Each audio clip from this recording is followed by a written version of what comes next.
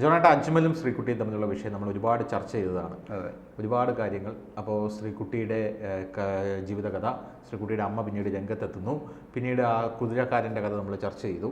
ഇപ്പോൾ അജ്മൽ പുറത്തിറങ്ങിയിരിക്കുകയാണ്. നമ്മുടെ വീഡിയോ അന്ന് ഒരുപാട് ഓടി.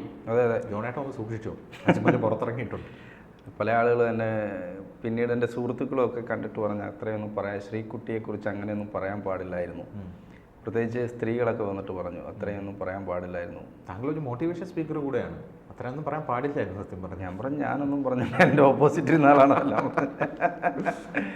നമ്മളത്രയൊന്നും പറഞ്ഞില്ല ആ സമയത്ത്. ആ സമയത്ത് മാധ്യമങ്ങൾ എന്താണോ റിപ്പോർട്ട് ചെയ്തത് സംഭവം നമ്മൾ പറഞ്ഞു. അതെ, അത് മാത്രമേ പറഞ്ഞു. ആ സമയത്ത് വന്ന വിവരങ്ങളാണ് നമ്മൾ അതെ പറഞ്ഞത്. പല പല മാധ്യമങ്ങളിൽ വന്ന വിവരങ്ങൾ ക്രോഡീകരിച്ച് എല്ലാവർക്കും കൂടെ ഒന്നിച്ചിരുന്ന് കാണുന്നെങ്കിൽ കണ്ടോട്ടെ എന്ന് പറഞ്ഞ് നമ്മളൊരു സംഭവം അതെ, അത്രയേ ഉള്ളൂ.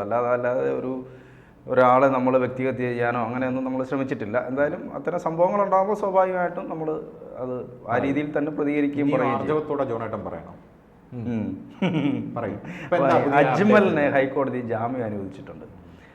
ഹൈക്കോടതി ജാമ്യം അനുവദിച്ചിട്ട് പറഞ്ഞ സെപ്റ്റംബർ 16 മുതൽ ജുഡീഷ്യൽ കസ്റ്റഡിയിലാണ്. പിന്നെ ഈ കേസിൻ്റെ അന്വേഷണം പൂർത്തിയായി. അപ്പോൾ അതുകൊണ്ട് ഇയാൾ തൊടിയൂർ സ്വദേശിയാണ്, കൊല്ലം കരുനാഗപ്പള്ളി തൊടിയൂർ സ്വദേശിയാണ്.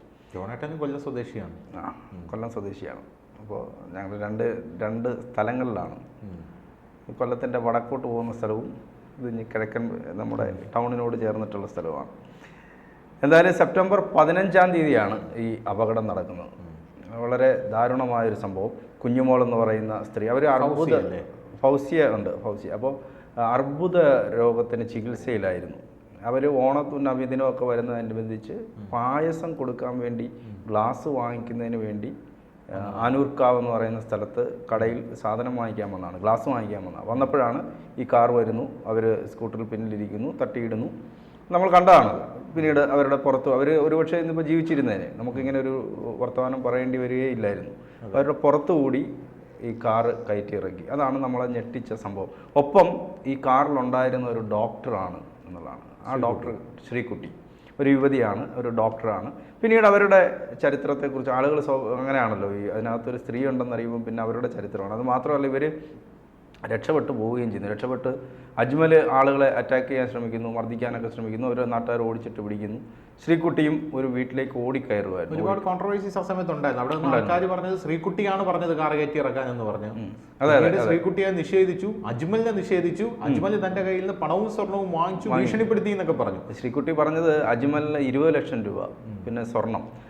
അജ്മൽ ക്രിമിനലാണെന്ന് എനിക്കറിയില്ല. ഈ അജ്മലിൻ്റെ പേരിൽ ഒത്തിരി കേസുകളുണ്ട്, ധാരാളം കേസുകൾ അജ്മലിൻ്റെ പേരിലുണ്ട്. അജ്മൽ ക്രിമിനലാണ്. ഈ അജ്മൽ ക്രിമിനലാണ് എന്ന് ഞാൻ അറിഞ്ഞില്ല, പിന്നീടാണ് ഞാൻ അറിയുന്നത്. അപ്പോൾ ഇയാളുടെ കയ്യിൽ എൻ്റെ ഈ പറഞ്ഞതുപോലെ ക്യാഷും സ്വർണവും ഒക്കെ ഉണ്ട്. അപ്പോൾ അത് തിരികെ കിട്ടാൻ വേണ്ടിയിട്ടാണ് അയാളുമായിട്ട് സൗഹൃദം തുടർന്നത് എന്നാണ് ശ്രീകുട്ടി പറഞ്ഞത്. ട്രാപ്പിലാക്കുകയായിരുന്നു എന്ന് അമ്മയും വന്ന് പറഞ്ഞല്ലോ. എൻ്റെ മോള് പാവമാണ്, എൻ്റെ മോൾ അങ്ങനെയൊന്നും ചെയ്യില്ല എന്ന് പറഞ്ഞിട്ട്.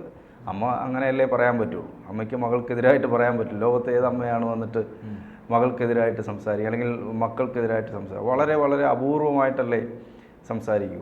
അപ്പോൾ നമ്മൾ കാശ്മീരിലോ മറ്റോ ഈ ഇതിൻ്റെ തീവ്രവാദ പ്രവർത്തനമായിട്ട് പോയി വെടിയേറ്റ് അവിടെ കൊല്ലപ്പെട്ട ഒരു തീവ്രവാദിയുണ്ട്. അയാളുടെ ബോഡി ഇവിടെ കൊണ്ടുവരണ്ട എന്ന ആർജവത്തോടെ ഒരു അമ്മ പറയുന്നു. അങ്ങനെ പറയുന്ന അമ്മ എന്ന് പറഞ്ഞാൽ ലക്ഷത്തിലൊന്നോ മറ്റോ കാണുള്ളൂ. ബാക്കി അമ്മ അതിനെ അനുകൂലിച്ചേ പറയും. അപ്പോൾ എന്തായാലും ശ്രീകുട്ടി ഈ അജ്മലിനെ തള്ളിപ്പറഞ്ഞു. അപ്പോൾ ഈ കേസ് കേരളമെമ്പാടും ചർച്ച ചെയ്യപ്പെടുകയും ധാരാളം ആളുകൾ ഇതിനെക്കുറിച്ച് നമ്മളെപ്പോലെ തന്നെ മാധ്യമങ്ങളിലൊക്കെ വരികയും ചർച്ച ചെയ്യുകയും ആളുകളുടെ മനസാക്ഷി ഞെട്ടിക്കുകയും ചെയ്ത കേസാണ്. അജ്മലിന് ജാമ്യം കിട്ടിയിരിക്കുന്നു. അജ്മൽ ഇനി രംഗത്തിറങ്ങി എന്ത് ചെയ്യും എന്നുള്ളതാണ് പ്രധാനപ്പെട്ട ഒരു ചോദ്യം. അജ്മൽ ജാമ്യം ഇനിയിപ്പോൾ കേസിൻ്റെ വിചാരണ സമയത്ത് മാത്രം ശിക്ഷിക്കപ്പെടും എന്ന് തന്നെ നമുക്ക് വിശ്വസിക്കാം. പിന്നെ ഈ പറഞ്ഞ പോലെ അവർ ബാക്കിലാണ് ഇരുന്നതെന്ന് പറയുന്നത് ഉറപ്പായിട്ട് ശിക്ഷിക്കപ്പെടുമല്ലോ. കാരണം ഒരു മനഃപൂർവ്വമല്ലാത്ത നരഹത്യക്ക് കേസെടുത്തതാണല്ലോ. അപ്പോൾ ഇപ്പോൾ BNS പ്രകാരമാണ് കേസെടുത്തതെന്ന് 108-ാം വകുപ്പ് എന്തോ ആണെന്ന് തോന്നുന്നു. എനിക്ക് ആ ഒരു വിദൂരമായിട്ടുള്ളൊരു ഓർമ്മയുള്ളൂ. ആ സമയത്ത് പിന്നെ ശ്രീകുട്ടി പുറത്തിറങ്ങിയല്ലോ. ശ്രീകുട്ടി നേരത്തെ പുറത്തിറങ്ങി. അവർ ലഹരിക്ക് അടിമയാണ്. അതെ, ലഹരി ഉപയോഗിക്കുന്ന ആളാണ്, ലഹരിക്ക് അടിമ. അമ്മ പറഞ്ഞത് അങ്ങനെ അല്ല എന്നാണല്ലോ. അമ്മയ്ക്ക് ഇത് അറിയത്തില്ലല്ലോ. ഉറപ്പാണോ? അമ്മ ഞാൻ നേരത്തെ പറഞ്ഞല്ലേ, അമ്മ മകളെ രക്ഷിക്കാനുള്ള ശ്രമമല്ലേ നടത്തുള്ളൂ. അമ്മയെ സംബന്ധിച്ച് മകൾ രക്ഷപ്പെടണം എന്നുള്ള ആഗ്രഹമുണ്ട്. പക്ഷേ ഈ ശ്രീകുട്ടിയുടെ മുൻ ഭർത്താവ് പിന്നീട് രംഗത്ത് വരികയൊക്കെ ചെയ്തല്ലോ. അയാൾ പറഞ്ഞു ഇങ്ങനെ ആണ് ജീവിതം, ഞാനത് കണ്ടിട്ട് പിന്നീട് അയാളെ വലിച്ചടിച്ചു. അയാളെ വലിച്ചടിച്ചു. ഈ അമ്മ ഭയങ്കര ബുദ്ധിമതിയായതുകൊണ്ട് അമ്മ അയാളെ കൂടെ പിന്നെ ചൂണ്ടയിട്ട് പിടിച്ചിഞ്ഞ് കൊണ്ടുവന്നു. അപ്പോൾ ഇയാൾ വഴി അവിടെ ഇരുന്ന പുള്ളി വീണ്ടും വന്നിട്ട് ഇയാൾ ഇതിനെക്കുറിച്ച് സംസാരിക്കേണ്ടി വന്നു. അയാൾ പറഞ്ഞു എനിക്കിത് അറിയാമായിരുന്നു, വഴിവിട്ട പോക്കാണ് എന്നൊക്കെ പറഞ്ഞ്. ഇങ്ങനെ പറയുമ്പോൾ ആളുകൾ പിന്നെയും പറയും ഒരു സ്ത്രീയെക്കുറിച്ച് അങ്ങനെയൊക്കെ പറയാമോ, അങ്ങനെ ആകുമ്പോൾ അങ്ങനെ തന്നെ. നമുക്ക് വന്ന റിപ്പോർട്ടുകളും മുൻ ഭർത്താവ് വന്ന് പറഞ്ഞാണ്, നമ്മൾ പറഞ്ഞതല്ല, മുൻ ഭർത്താവ് വന്ന് പറഞ്ഞാണ് ഞാൻ അവളുടെ പോക്ക് കണ്ടിട്ട് അവളെ ഉപേക്ഷിച്ചതാണ് എന്ന്. മുൻ ഭർത്താവാണ് വന്ന് പറഞ്ഞത്, എൻ്റെ ഭാര്യ ഉപേക്ഷിച്ചതാണ്. അപ്പം ബാംഗ്ലൂരിൽ പഠിക്കാൻ പോയി, ഡോക്ടറാണ്. അപ്പോൾ എന്തുകൊണ്ട് ഇത് ചർച്ച ചെയ്യപ്പെടുന്നു എന്ന് ചോദിച്ചാൽ ഒരു സമൂഹത്തിൽ ഏറ്റവും ഉന്നതമായ നമ്മളൊക്കെ ഒരു പ്രൊഫഷനിലിരിക്കുന്ന ഒരാൾ, ഡോക്ടർ എന്ന് പറയുമ്പോൾ നമുക്ക് തോന്നുന്ന ആദരവും ബഹുമാനവും സ്നേഹവും ഒക്കെ ഉണ്ട്. ഗൈനക്കോളജിസ്റ്റാണ്, നമ്മൾ ചർച്ച ചെയ്തതാണ്. അതായത് ജീവൻ ഭൂമിയിലേക്ക് എടുക്കുന്ന ആള് ഗൈനക്കോളജിസ്റ്റ്. ജീവൻ ഭൂമിയിലേക്ക് എടുക്കുന്ന നേഴ്സുമാരാണ്. അല്ല, എന്നാലും അല്ലല്ല എപ്പോൾ പ്രസവിക്കണമെന്ന് തീരുമാനിക്കുന്ന ഇവരാണ്. എപ്പോൾ ഈ ജീവൻ ഭൂമിയിലേക്ക് വരണം എന്ന് എന്ന് തീരുമാനിക്കുന്ന ഇവരാണല്ലോ. അതുമാത്രമല്ല കോംപ്ലിക്കേറ്റഡ് ആയിട്ടുള്ള പല കേസുകളും ഒക്കെ വരുമ്പോൾ അവരാണ്. ഇപ്പോൾ എൻ്റെ വൈഫിൻ്റെയൊക്കെ ഡെലിവറി സമയത്ത് ഒരാഴ്ചയോളം ഹോസ്പിറ്റലിൽ കിടന്നിട്ട് ഈ പ്രഷർ കുറയുന്നില്ല, BP കുറയുന്നില്ല. അപ്പോൾ അവസാനം ആ ഹോസ്പിറ്റലിലെ ഡോക്ടർ വന്നിട്ട് പറഞ്ഞു ഇവിടെ പറ്റത്തില്ല, നിങ്ങൾ വേറെ എവിടെയെങ്കിലും കൊണ്ടുപോകും, ട്രിവാൻഡ്രത്തൊക്കെ കൊണ്ടുപോകും, അല്ലെങ്കിൽ വേറെ എങ്ങോട്ടും കൊണ്ടുപോകും, ഇനി ഇവിടെ പറ്റില്ല എന്ന് പറഞ്ഞു. അങ്ങനെ നമ്മൾ കൊല്ലത്ത് തന്നെ വേറൊരു ഹോസ്പിറ്റൽ, ഈ രവിപിള്ളയുടെ ഒരു ഹോസ്പിറ്റലുണ്ട്, ഉപാസന എന്ന് പറഞ്ഞിട്ട്, അവിടെ കൊണ്ടുപോയി. അവിടുത്തെ ഡോക്ടർ എന്ന് പറഞ്ഞാൽ സിമ്പിളായിട്ട് മറ്റേ ഡോക്ടറിൻ്റെ ടെൻഷനൊന്നുമില്ല. പുള്ളി പറഞ്ഞാൽ എന്ത് പറ്റി, വാക്ക് അങ്ങോട്ട് എഴുതിക്കും. മറ്റേ ഡോക്ടർ ആരാ അവിടെ ആദ്യം നമ്മൾ ചികിത്സിച്ചുകൊണ്ടിരുന്ന ഡോക്ടർ, അങ്ങനെ ഡോക്ടർ ആരാ അവരുടെ ഒരു കഴിവില്ലാത്തൊരു ഡോക്ടർ ഉണ്ടെങ്കിൽ അവരുടെ പേരല്ലേ അവർക്ക് കഴിവില്ലെന്നല്ല, അവർക്ക് എന്തോ ഒരു ആത്മവിശ്വാസക്കുറവ് ആയിരിക്കാം. അപ്പോൾ ആ ഡോക്ടറുടെ അടുത്തേക്ക് ചെന്നു. ആ വൈകിട്ടാണ് നമ്മൾ ചെല്ലുന്നത്. അവിടെ അഡ്മിറ്റ് ചെയ്യുന്നു. അതിൻ്റെ അടുത്ത് പറഞ്ഞ് നമുക്ക് തൊട്ടടുത്ത ദിവസം ഒരു ദിവസം ഇവിടെ കിടന്നിട്ട് അടുത്ത ദിവസം നമുക്ക് ഡെലിവറി നടത്താം. അങ്ങനെ പുള്ളിയെ സംബന്ധിച്ച് അതൊരു പ്രശ്നമല്ല, അദ്ദേഹം അത് ചെയ്തു. അങ്ങനെയാണ്. ഇപ്പോൾ ചിലർക്ക് അത് ഇപ്പോൾ ഈ ശ്രീകുട്ടിയും അങ്ങനെ ഗൈനക്കോളജിസ്റ്റാണ്, അവിടുത്തെ പ്രശസ്തമായ ഒരു സ്വകാര്യ ഹോസ്പിറ്റൽ പിരിച്ചുവിട്ടു. ശ്രീകുട്ടിയെ സംബന്ധിച്ച് അവരവിടെ താമസിച്ചിരുന്ന വീട്ടിലൊക്കെ ഈ ലഹരി വസ്തുക്കളുടെ ഉപയോഗവും അത്തരം കൂട്ടുകെട്ടും ഒക്കെ ഉണ്ടായിരുന്നു. ഈ ലഹരിയാണ് യഥാർത്ഥത്തിൽ ഇവരെ ഇത്തരം ഒരു ജീവിതത്തിലേക്ക്, ലഹരിയാണല്ലോ എല്ലാവരെയും തകർക്കുന്നത്. ലഹരി കാരണം തകർന്ന എത്രയോ കുടുംബജീവിതങ്ങളുണ്ട്. അതെ. ലഹരി കാരണം ജോലി തെറിച്ച് എത്രയോ ആൾക്കാരുണ്ട്.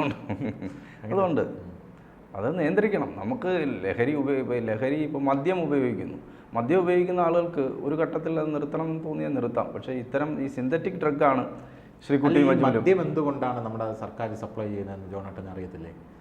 നമ്മൾ വലിയ സിന്തറ്റിക് ഡ്രഗുകൾ വാങ്ങിച്ചടിക്കാതിരിക്കാൻ ഗവൺമെന്റ് തന്നെ കുറഞ്ഞ അളവിൽ ലഹരി ജനങ്ങൾക്ക് സപ്ലൈ ചെയ്യുന്നു. ഗവൺമെന്റ് അത് സപ്ലൈ ചെയ്തില്ലെങ്കിൽ ജനങ്ങൾ വലിയ ലഹരിയിലേക്ക് പോകും. അതിന്റെ ഒരു ഉദാഹരണമാണ് കോവിഡ് സമയത്ത് സാനിറ്റൈസർ കലക്കി കുടിച്ച് മരിച്ച ആൾക്കാരുണ്ട്.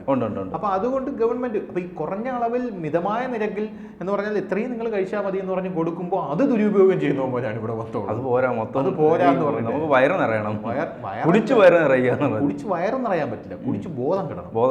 കുടിച്ച് ബോധം കിട്ടാൻ മാത്രമേ ഇവിടെയുള്ള ആൾക്കാർക്ക് ഒരു തൃപ്തി വരൂ. ഛർദ്ദിച്ച് ബോധം കെട്ട് പറ്റുമെങ്കിൽ ഒന്ന് ഓടയിലും കിടക്കണം. അങ്ങനെ പറ്റത്തുള്ളൂ. അതുകൊണ്ട് ഈ ലഹരി എന്ന് പറയുന്ന വലിയൊരു വില്ലൻ തന്നെ, വലിയ വിപത്താണ്. അപ്പോൾ ഇവർക്കും പറ്റിയത് ശ്രീകുട്ടിക്കും ഒരു പക്ഷേ ശ്രീകുട്ടി നമ്മൾ ഈ പറയുന്ന പോലെ ഒരു നന്മമരാണെന്ന് വിചാരിച്ചാലും ഇവരാ ലഹരി ഉപയോഗിക്കുന്ന ആളുകൾക്കിടയിലേക്കും, അല്ലെങ്കിൽ ഇവർ ലഹരി കേന്ദ്രം പോലെ അവർ താമസിച്ചിരുന്ന ഇടത്ത് ധാരാളം ആളുകൾ വരികയും പോവുകയും അവർ ലഹരി ഉപയോഗിക്കുകയൊക്കെ ചെയ്ത് നാട്ടുകാർ തന്നെ സാക്ഷ്യപ്പെടുത്തുന്നുണ്ട്. അപ്പോൾ അവർ അതിൽ അകപ്പെട്ടു പോയി. അപ്പോൾ പിന്നെ അവരെ നമുക്ക് എന്ത് ചെയ്യാൻ പറ്റും? അവരെക്കുറിച്ച് അവർ ലഹരി ഉപയോഗിക്കില്ല എന്ന് പറയാൻ പറ്റും? അത് അവരെക്കുറിച്ച് പറഞ്ഞല്ലേ പറ്റും. അപ്പോൾ ശ്രീകുട്ടിയും ശിക്ഷിക്കപ്പെടും എന്ന് തന്നെയാണ് നമ്മൾ വിചാരിക്കുന്നത്. അജ്മൽ ഉറപ്പായും ശിക്ഷിക്കപ്പെടും.